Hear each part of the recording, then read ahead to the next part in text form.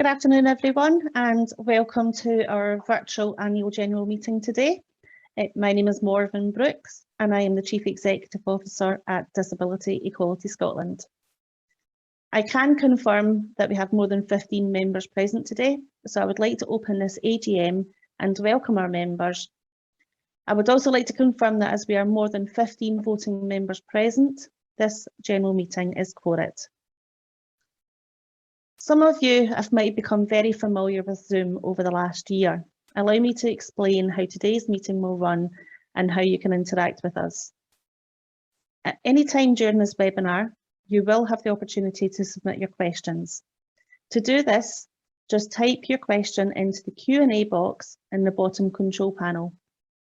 As time allows, the panellists will address as many questions as they can during the members' questions session. If you would prefer to ask panellists a question directly, please say so in the Q&A box and we can select you to speak. At this point, you will have to manually unmute yourself to be heard. If you're having any technical difficulties using Zoom, please type your issue that you're having in the chat box in the bottom control panel, and my colleague Ali Bruce will try and resolve this for you. Today, we have live captioning provided by Gail Richardson and Paula Maguire from Sign Language Interactions. If you would like to view the closed captioning for today's session, click the button that says Closed Caption and they will appear on your screen. We are also joined by Elizabeth Mooney and Niamh Cochrane from Sign Language Interactions, who will be providing sign language support for us today. We will be recording this webinar and will share the link after the meeting. Also, we have prepared a short feedback survey for attendees to complete after this meeting, which will hopefully improve the experience for future webinars. Voting members in attendance will have received an additional link for voting on resolutions. Please can I ask all voting members to open this link now. If you experience any issues at all with this link, please tell us through the chat function and Ali will support you with this. Please can I ask you to complete the requested information on the first page with your details. You can now move on to the next page, ready for voting when prompted. If you're having trouble hearing me or any speakers throughout the webinar, please let us know in the comment box and we will try to resolve this.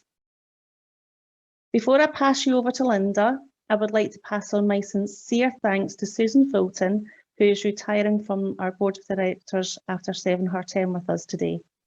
I would like to thank Susan for all her support and encouragement over the last 3 years. Thank you.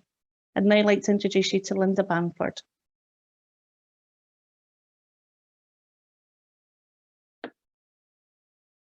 Good afternoon, everybody, and welcome. It's good to have so many members at our AGM and joining us today. Just before we move on to the main agenda, please allow me a couple of minutes just to thank you, our members, and to thank our staff team, the Board of Directors and all access panels for pulling together this year and working hard for Disability Equality Scotland and our communities.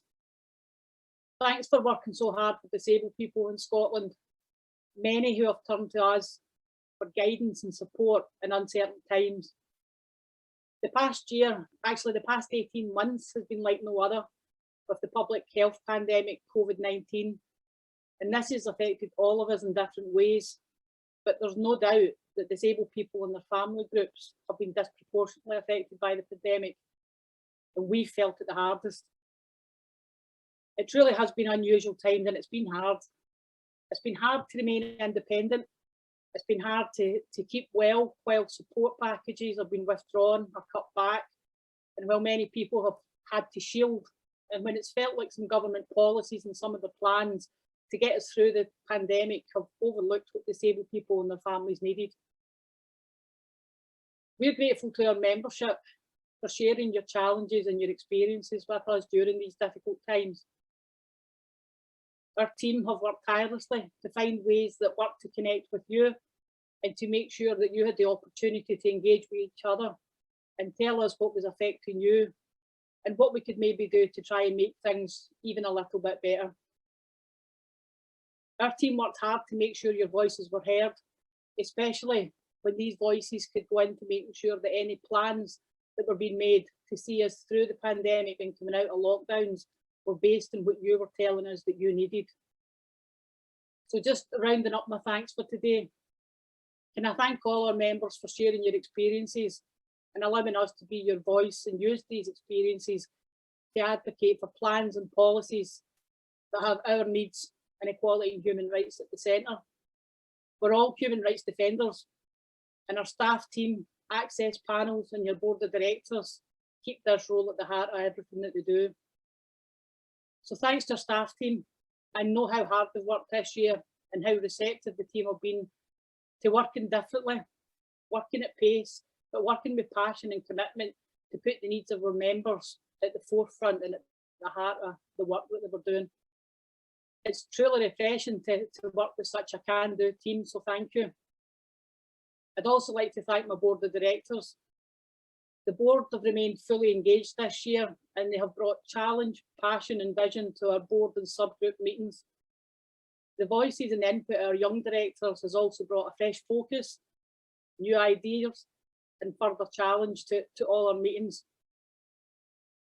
As you know, the board of directors are volunteers like our access panel members, and the board and access panels have been selfless with their time this year and selfless in sharing their skills, their knowledge and lived experience to help deliver on our aims and objectives and make sure that we deliver this within our governance framework. I'd also like to extend my thanks to Janice McDonald, who stepped down for the board this year, and also to Susan Fulton, who will be stepping down after the completion of her term today. Again, to access panels, thank you for going above and beyond to help your communities and to help us in the work that we're doing. You'll hear more today about some of our successes from the year. Some of this has been highlighted in our annual report, but to cover the legislative elements of the agenda and then give a bit more detail in some of our key achievements, I'm going to thank you and hand back over to Morgan. Thank you, Linda. I'll now move on to the approval of the AGM minutes from the 25th of August 2020. So all delegates in attendance today should have received a copy of our draft minutes from our AGM held on the 25th of August 2020. Can I ask, first of all, are there any matters arising? You can leave a comment in the chat function box if there are any matters arising. No, I'll move on. If I can move on to resolution 1 and ask all voting members to go to the survey link and to agree the minutes from the AGM held on the 25th of August 2020. Select agree, disagree or withheld. I'll give you a few seconds just to do this and catch up.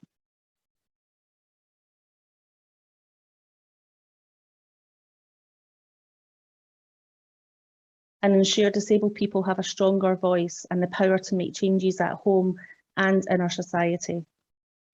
We want to support disabled people to realise their ambitions. We will be bold in challenging the Scottish Government and businesses to move faster towards achieving equality and inclusion for disabled people. And we will challenge attitudes so that disabled people can fulfil their aspirations and reach their full potential. At a local level, Scotland's network of access panels have continued to be a vital resource in improving access to the built environment and wider social inclusion for communities across the country. We are aware how much communities appreciate and benefit from the work and the results of their local access panels. We have taken significant steps to grow Disability Equality Scotland and identified priority areas to focus on going forward. We will continue to build on these robust foundations and expand our areas of work to meet the changing needs of access panels, our members, and all disabled people across Scotland. Before I introduce you to Colin Miller, our Treasurer, to present our accounts, I would like to announce the opening of our annual member survey.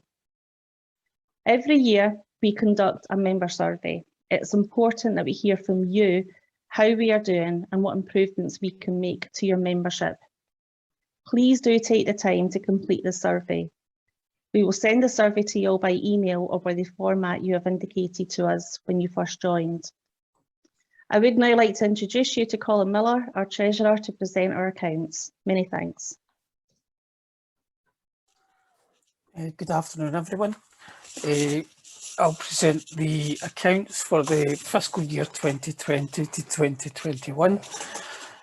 This takes us up to the 31st of March 2021.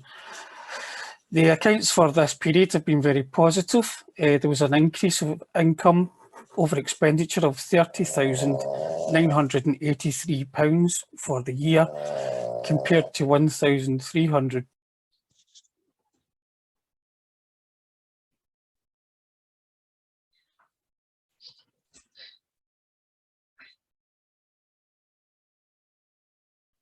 Hi Colin, you'll need to unmute yourself there. Something went on. Let me know. That's you now.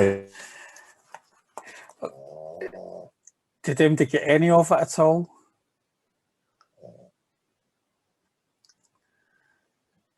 It was just the past 10 seconds or so. Don't worry. All right, thanks. Yeah, Andy the dog, he's actually very happy. Happily snoring away under the desk. So yeah, the main reason for the increase in income this year was due to the Easy Read translation service and additional funding that came from the Scottish Government to administer the face covering exemption campaign. This has been an achievement to the CEO and the staff team, ensuring members are being listened to and proactively campaigning for the National Face Covering Exemption Card. The year ended with a balance of £81,058 compared to £50,075 for the same period last year. Income receipts for the year totalled £371,206, and that was a positive change from the previous year's £288,340. So the organisation's income is generally in a very good place. Expenditure for the year totalled £340,223, well within the budget of the restricted funding that was received. The general fund is unrestricted and is used for the day-to-day operation of the organisation. The Equality Unit Section 10, Access Panel Grant and Transport Scotland Ferries Accessibility and Exemption Card funds are all restricted, as were reported in our last annual report and accounts to that date. £330 was transferred from Community Jobs Scotland Fund to the General Fund for costs that weren't covered by the fund. A further £347 were transferred from the Awards for All Fund to the General Fund with the permission of the funder. The trustees consider that the 3 months of annual expenditure is an appropriate level of reserves to hold to meet the day-to-day running costs of the charity. The total funds held at the end of the financial year is £81,058, up from £50,075 in 2020. And of that, £45,159 is unrestricted reserves, again an increase from £18,202 for the end of the financial year in 2020. The trustees continue to seek funding to assist in increasing the reserves to an appropriate level. Whilst the current unrestricted fund is below the reserve we would want, it is our priority for the coming year to increase our fundraising activities and income opportunities. We are currently developing a fundraising strategy to ensure we meet our target. We feel it is prudent in the current economic climate to maintain a substantial reserve that will better allow the organisation to meet the funding challenges which the wider economic situation may impose. We also note that securing external funding is becoming increasingly difficult as sponsors and grant-making bodies are forced to address their own funding issues. We're mindful that the long-term future of the organisation is difficult to guarantee and that we must be prepared to seek alternative accommodation, possibly at short notice, should our current venue cease to be available or become too expensive. The accounts that are presented were also approved and adopted by the Board of Directors on the 28th of July of this year. And can I now ask voting members to cast their vote on Resolution 2, which is to receive the report of the trustees and audited accounts for the year ended 31st of March 2021. You can do that by selecting agree, disagree or withheld under Resolution 2.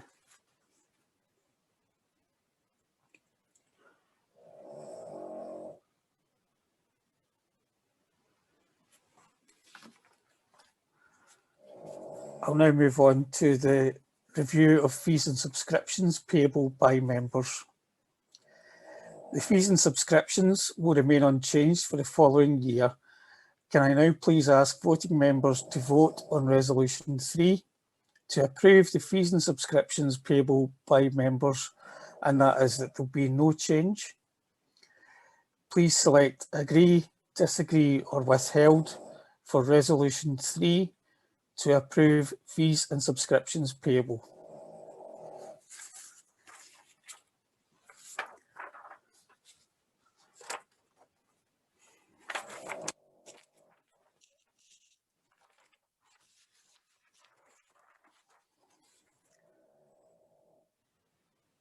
We'll now move to the delegation to the board to reappoint an independent examiner. We appointed Community Accountancy Scotland in 2019 and would like to continue with their services for the financial year 2021 to 22. Could I ask all voting members to now vote on Resolution 4 to delegate to the board the reappointment of the independent examiners, Community Accountancy Scotland? Could you please select agree, disagree or withheld on Resolution 4 to appoint Community Accountancy Scotland?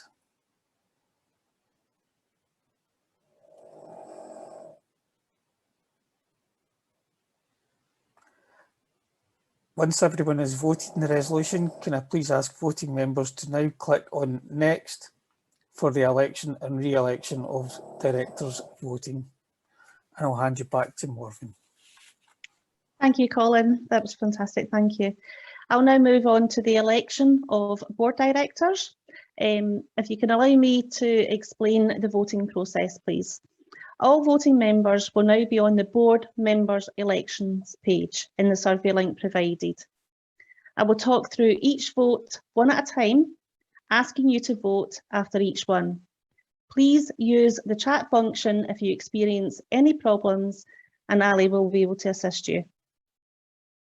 Once we have gone through all resolutions, we will gather the data from the online survey and the proxies received, and we will announce the results after the short comfort break.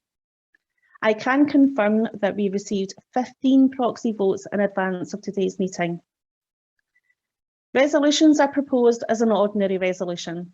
This means that for these resolutions to be passed, more than 50% of the votes cast must be in favour of the resolution. Biographies for each director has been sent to you all in advance. The company's Articles of Association, Article 31B, contains detailed rules for the appointment and retirement of directors. There is a formal procedure in place to select and appoint new directors to the board. These directors are required to retire at this annual general meeting today. They can offer themselves for re-election by members. Under the articles, all directors are required to submit themselves for re-election at intervals not exceeding 3 years. I'll now move on to Resolution 5. To elect as a director of the company, Lauren Asher, who was co-opted on the 15th of October 2020, please can I now ask you to vote agree, disagree or withheld?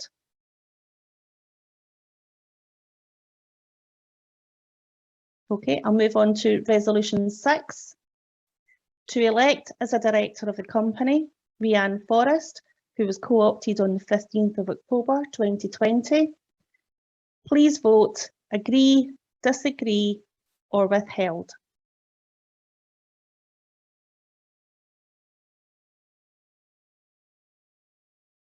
Okay, if I'll move on to resolution 7, to re-elect as a director of the company, Caroline Wilson-Smith. Please vote agree, disagree, or withheld.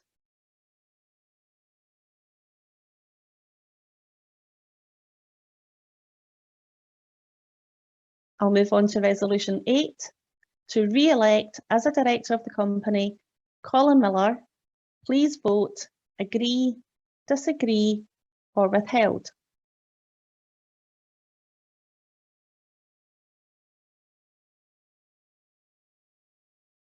I'll now move on to resolution 9, to re-elect as a director of the company, Kenny Milne. Please vote agree, disagree, or withheld.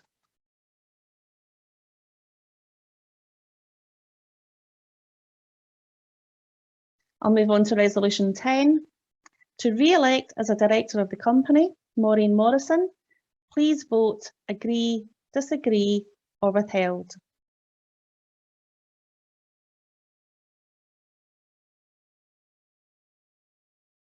And finally, I'll move on to resolution 11, to re-elect as a director of the company, Scott Stewart.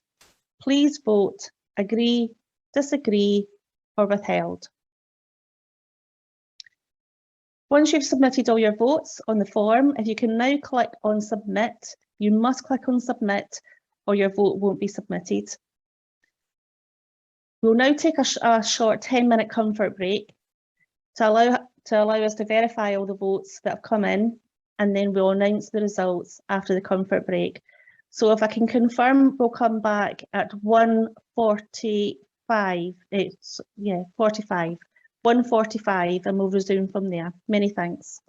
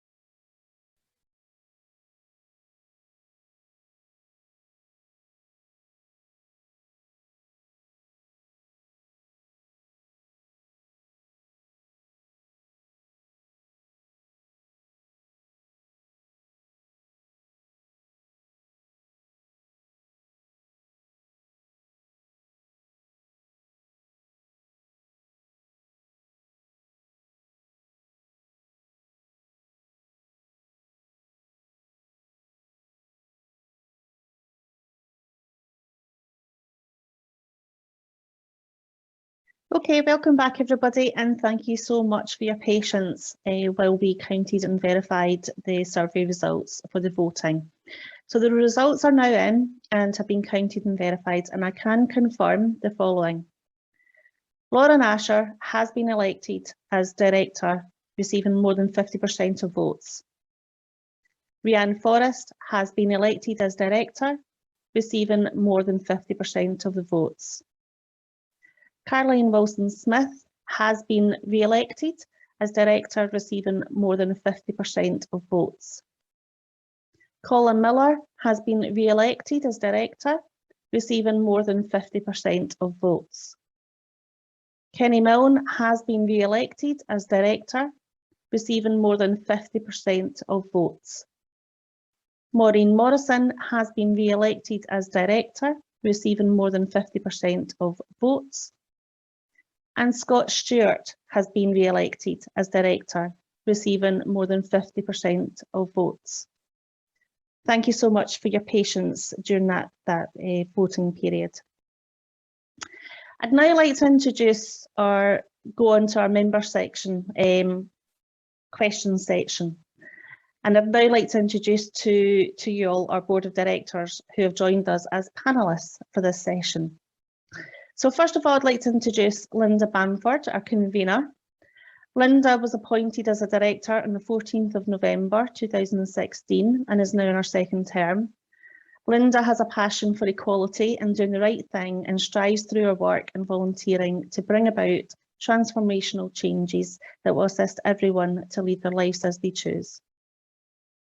I'd also like to introduce Dorothy Mckinney, our vice convener. Dorothy was appointed as a director on the 20th of March 2017 and is now in her second term. Dorothy has over 35 years experience in human resources and is a trained and experienced mediator. She has a fellowship of the CIPD and a passion for doing the right thing. Colin Miller, our treasurer, I'd like to introduce. Colin was appointed as a director on the 4th of May 2018. Colin is currently the Chief Executive Officer of the Scottish Personal Assistance Employers Network, Spain. With lived experience, Colin seeks to support others to live life full, active and inclusive lives and fulfil their potential and ability. I'd like to introduce Maureen Morrison, Director. Maureen was appointed Director on the 4th of December 2017. Maureen is passionate about the mission of Disability Equality Scotland, driven by our own lived experience of issues affecting disabled people, both visible and hidden. I'd now like to introduce Scott Stewart, Director. Scott was appointed as Director on the 5th of December 2017.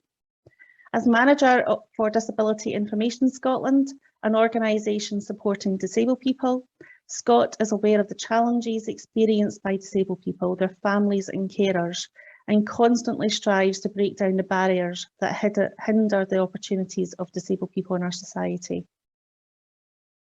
I'd like to introduce Caroline Wilson-Smith. Caroline was appointed as a director on the 4th of May 2018. Caroline's areas of expertise include human resource development, organisational development, project management, consultation and engagement. I'd like to introduce Kenny Milne. Kenny was appointed director on the 17th of May 2018. Kenny empathises with others who faced with the same difficulties of becoming disabled in later life. He also brings his managerial experience to the organisation. I'd like to introduce Lauren Asher. Lauren has been was co-opted on the 15th of October and elected today as director. Lauren is a full-time youth worker based in Dumfries and Galloway. Diagnosed with Asperger's and mental health conditions, Lauren is a passionate advocate for equality and inclusion. And unfortunately, we do have apologies from Rhiann Forrest today. However, Rhiann was co-opted as a director on the 15th of October and elected today. Rhiann is a creative writer in journalism, English literature graduate. She also worked in projects such as Fiscal assistance and much more. So this is the session where you'll have to bear with me because I have to kind of read and answer questions at the same time. So I am going to do my best with the support of our panelists, our board directors, to go through the questions that have been submitted. So I can see Caroline Gold, you submitted a question around the increase in postage costs this year. Absolutely, I can explain that. So when we were we've been contracted the award for the face covering exemption card campaign, and that campaign, that campaign itself, the project, we have to deliver post out exemption cards to people who request it. So basically the postage costs are allocated against postage. We'd have received funding from Scottish Government to cover that, so that's restricted funded project delivery costs. I hope that helps answer that.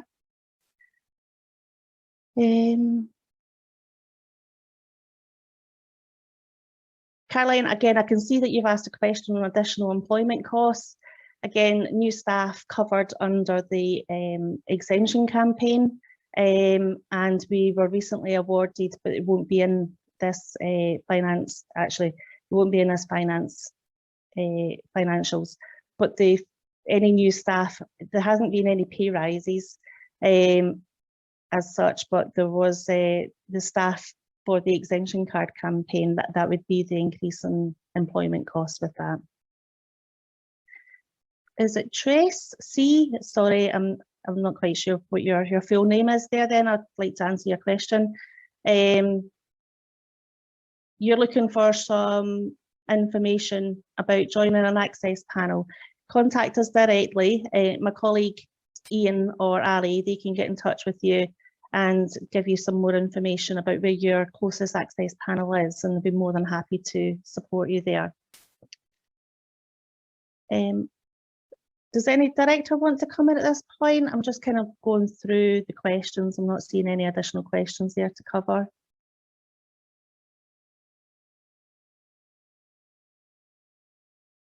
Linda, hi. You have to unmute yourself. Thanks, Morgan. It was really just a question if somebody, if a couple of people wouldn't mind filling it into the chat. I had seen in the chat earlier on a comment about making the AGM more accessible. DES have been holding AGMs since shortly after the first lockdown in March 2020. And we pride ourselves in learning as we go. We don't always get things right, but we do try to continuously make improvements, and we do try to listen to what people are telling us and what works better for them, and build that into our processes. So probably it would be helpful to us if there's any suggestions, if people could just pop them into the chat box, so that we can take that back and take it away with us as part of our reflective learning. Yeah, I'll just add to that as well, Linda, if that's okay. I completely agree. And again, apologies for anybody who hasn't found this event as accessible to their needs. Again, please provide us the feedback that we need to make this event more accessible. We did run our last AGM in this very same format, so nothing has changed for this year. And we took learnings from last year's AGM particularly to make this one as successful. But again, without your direct feedback on what we should be including or not be doing, we can't make those changes. So we really do need to hear exactly what we can do to make improvements. We have obviously BSL interpreters here today, and we have a captioning service.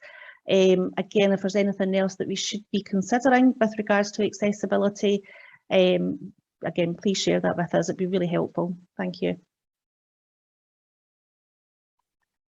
I might want to just touch on some of the comments that were run earlier on. Again, if there's still delegates, members in attendance who didn't receive papers in advance of today's meeting, please tell us, because if we do send all the papers out with in the format that you request, again, we don't have a huge budget against postage costs unless we are funded to deliver on specific work in that area. And where we can save money, we will email in a format that has been requested or post out if it has been requested, and we do this. So you must tell us, again, if you're not receiving communications from us in the format that you have requested, please get in touch with us. We will make sure that that's updated. If we don't know that these are issues that are going on, we can't rectify it. Again, we sent our board, the AGM papers ahead of this AGM today, weeks in advance, including the annual report and the financial accounts. So again, if you're not receiving them, you really must let us know.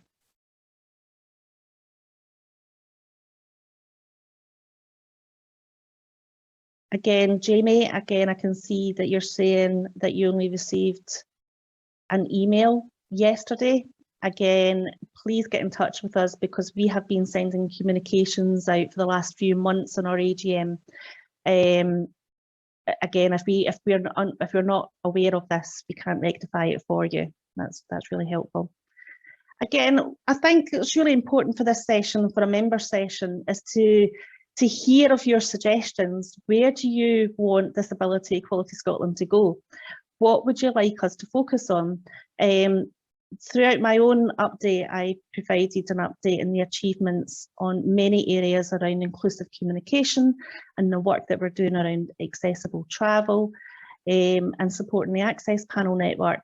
Again, the member survey will be sent to you in the format that you've requested when you first joined us after this meeting. But again, this is an opportunity to have a discussion for you to suggest to us, ask us what we should be focusing on. So it'd be really good to hear some suggestions.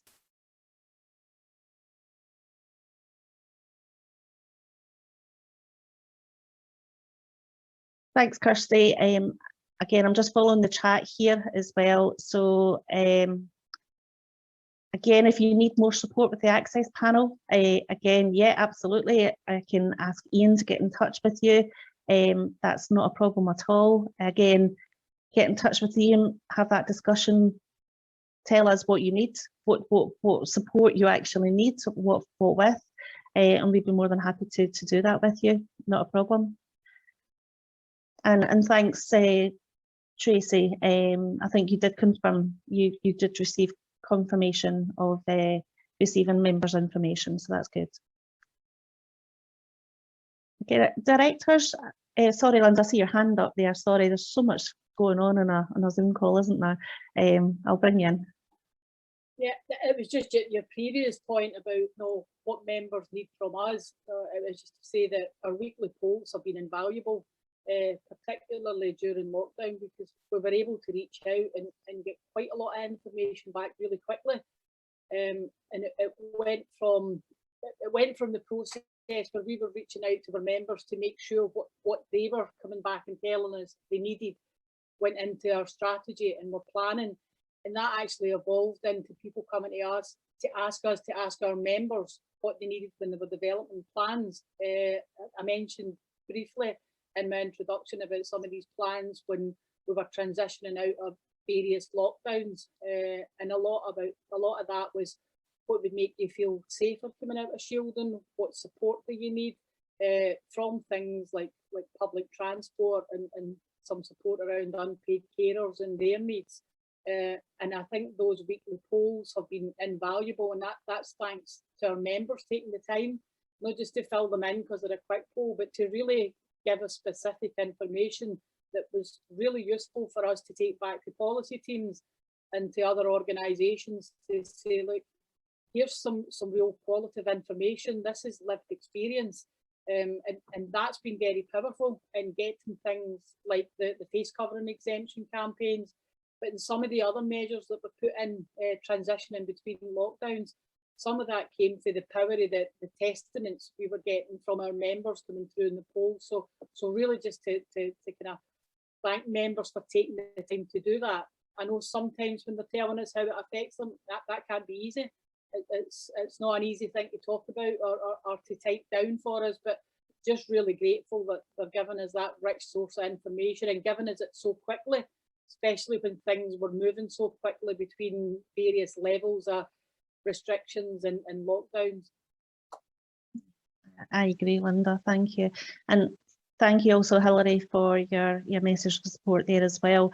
Again, our weekly polls, just as Linda had mentioned there, has been so invaluable this last 18 months and has really shown how we can progress the voices of disabled people and taking that forward to hopefully make meaningful changes as well.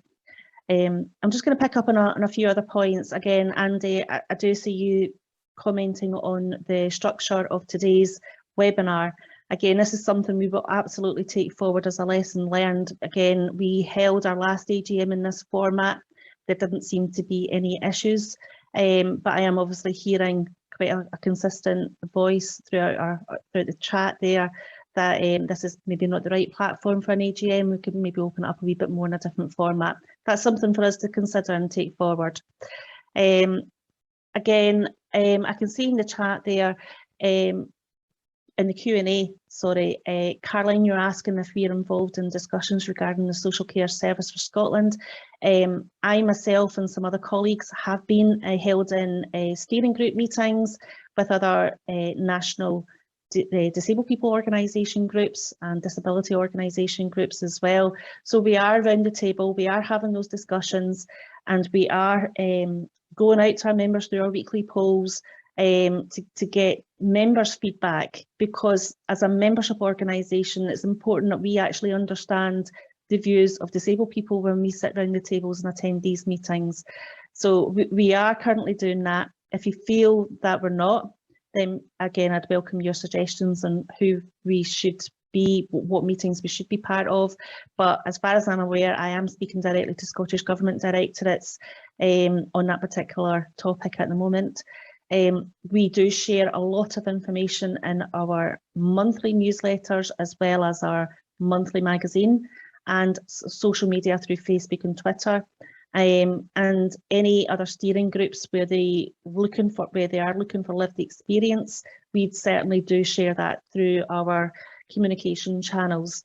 Again, if any member happens to come across any information that we've not maybe shared, please get in touch with us, and we can then reshare that back out to our membership. That'd be most welcome. Linda, hi. Yeah, thanks, Morgan. Just in response, I've seen John raising a couple of things under the Q&A round about the built environment, and he's spot on. It's probably worth mentioning the series of webinars that Disability Equality Scotland have done with the Alliance Health and Social Care Academy and with the Mobility and Access Committee for Scotland, MAX. They've ran a series of 4 webinars round about the 20-minute neighbourhood concept, and each of them have been well attended by disabled people and by stakeholder organisations. But the webinars were good because it afforded discussion groups for people to feed in what they needed in their local neighbourhood. And just with John raising that question there, I think in each of the webinars, what came up that was really important was that pedestrian infrastructure. So the clear and uncluttered and well-maintained pavements for walking and wheeling, and the focus that needed to be in getting that right if the Scottish Government were serious about the 20-minute neighbourhood and about making neighbourhoods more inclusive for everybody. So I was just picking up in John's question there, and just to say that Disability Equality Scotland have been working with other organisations. The 4th webinar is actually tomorrow. That's about designing the neighbourhoods, and the links are still open if you want to register on the Alliance website. Or I could maybe ask Ali to put it in the chat if you can find it in time. And that's bringing the other 3 together. So it might be quite a good webinar, but there's been a lot of Disability Equality Scotland members at the webinars, and they've been very well received. Once tomorrow's webinar's finished, there will be a report produced that sums up the 4 webinars, the series of 4, and will ensure that Disability Equality Scotland send that out to the members as soon as it's produced. The Alliance are taking the lead in producing the report, and with input from Disability Equality Scotland and MAX. Thanks, Linda. I see, Kirsty, that you're asking if disability marriage inequality is something we would consider having a discussion about.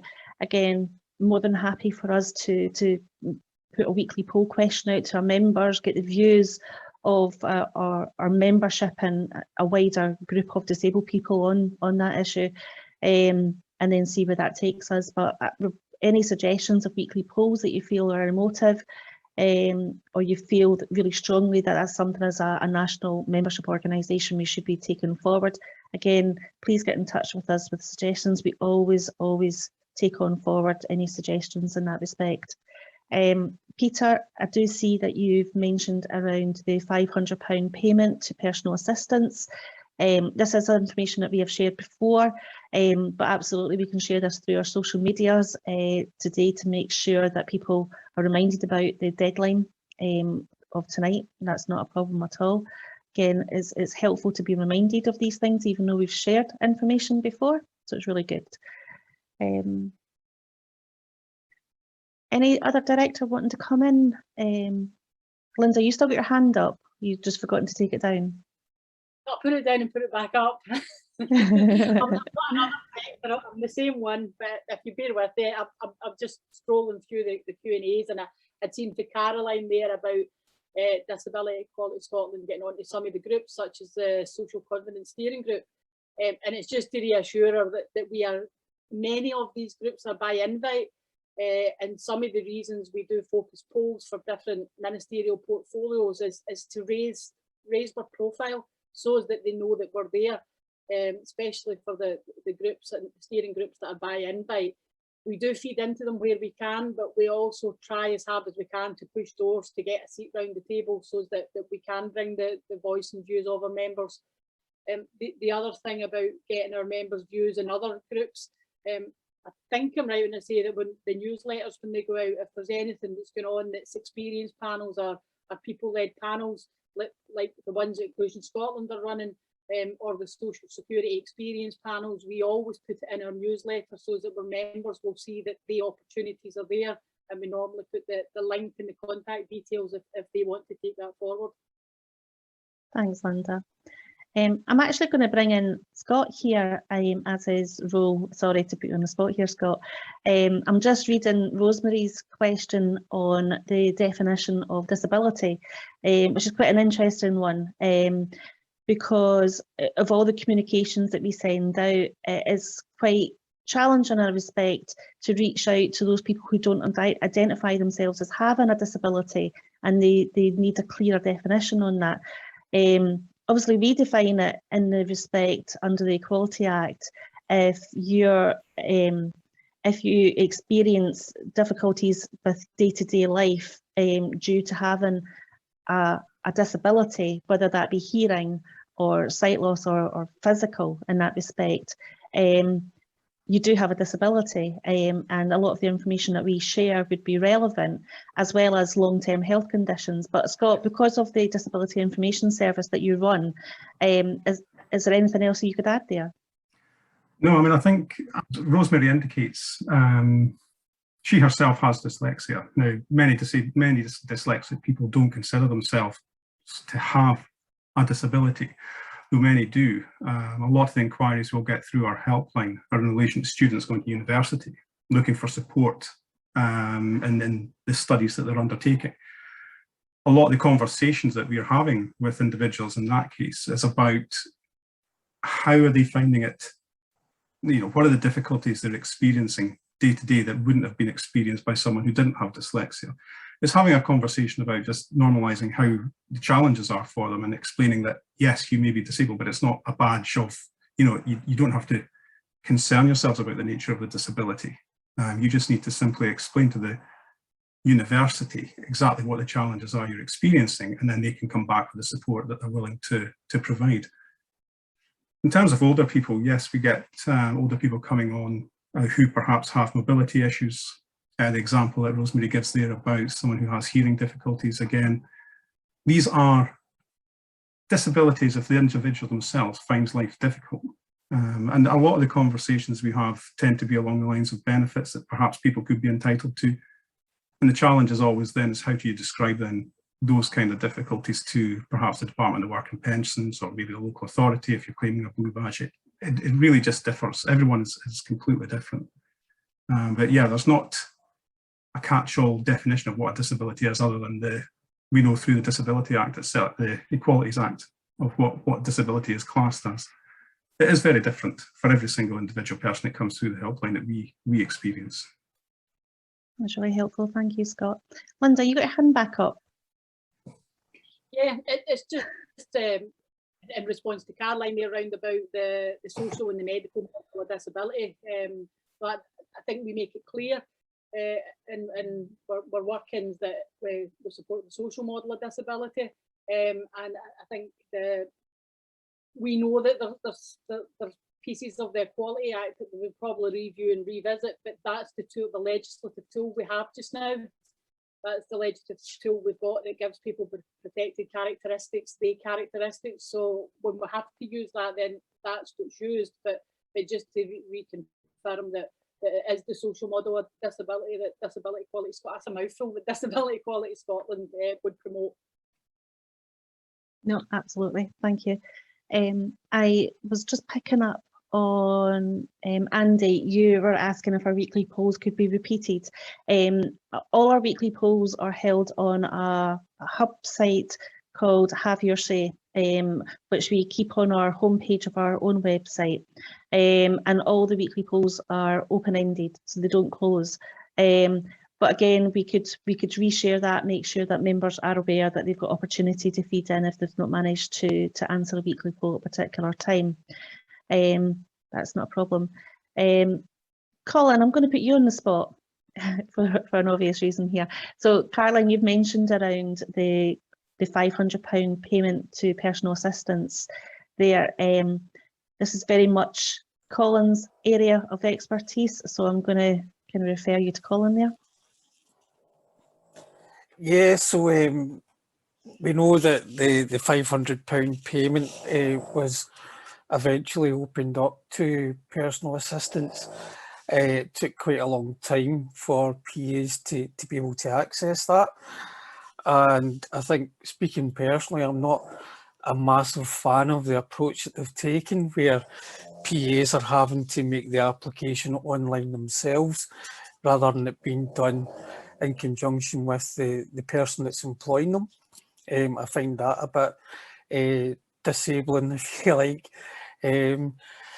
But certainly a lot of disabled people's organisations have promoted it very heavily through things like social media, direct communications, and tried to encourage as many people as possible to get their application in time.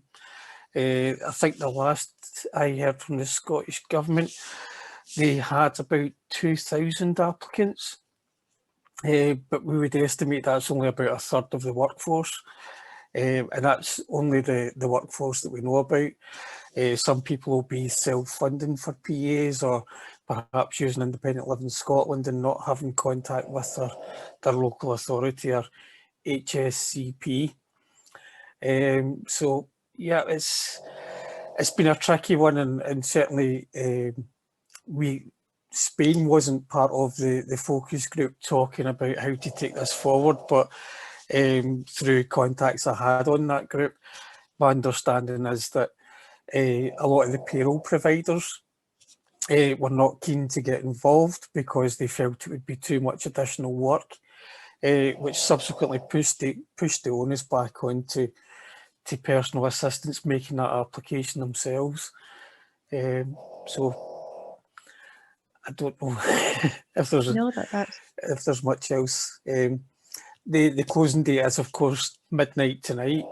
Again, anecdotally, I've heard of people having problems getting their status as an active PA being verified as well through things like the local authorities. So it's very difficult. The Scottish Government are certainly trying to now better engage with the PA workforce. And that's probably one of the few positives that's come on the back of the pandemic. The PA workforce and unpaid carers throughout Scotland have suddenly become visible again. So they're doing a lot of work around how do we better engage with PAs and the employers, how do we better support and nurture people coming into that workforce. So hopefully, as I say, that will be positive, but certainly when it came to the payments, it was a bit frustrating to see it being, the onus being pushed on to already hard-pressed personal assistants. I'll just clarify something, Caroline. I can see your messages coming up here about the payment for personal assistance. One of the areas that Caroline is asking there, Colin, was around, do we think that the confidentiality of the person employing them has been breached in order for the PA to be able to apply, believing that this is a breach of the client's human rights? My first understanding is that obviously the person employing the personal assistant does become an employer, so their details would need to be known from that respect, and it wouldn't be a breach of their human rights unless they're asking for information that's not required for the application. Would I be correct in saying that? Absolutely, I would totally agree. It's so again, you know, maybe if you were going through somewhere like the NHS or through a care agency, they have to verify that, you know, your claim is a genuine claim, that you are working as a personal assistant. And more often than not, the only way to do that is through, you know, getting the details of the personal assistant employer. It could have been done through people that were registered with payroll companies.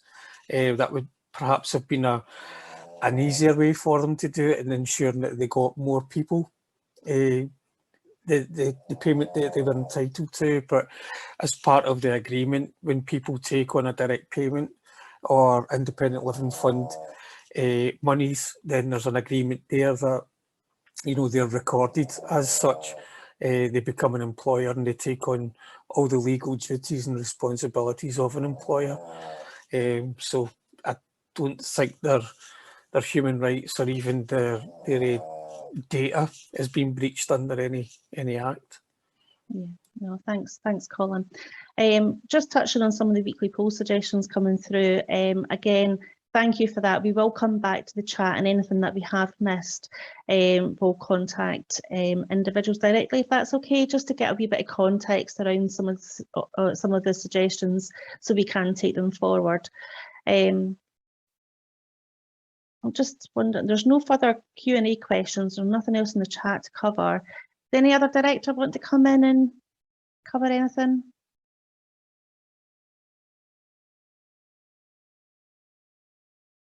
I think we're slowing down a wee bit, aren't we?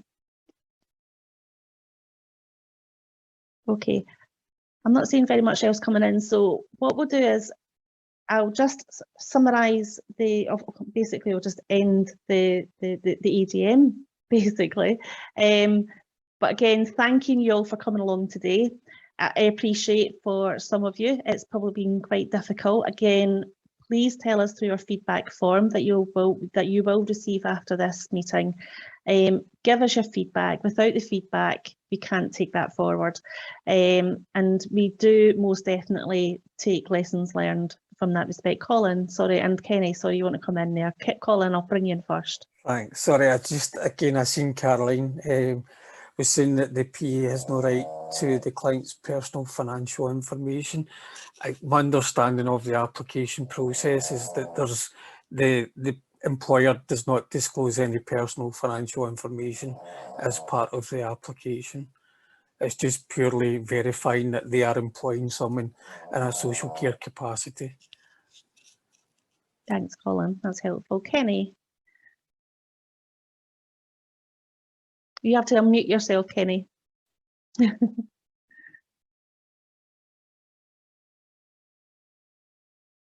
Kenny, you need to unmute yourself.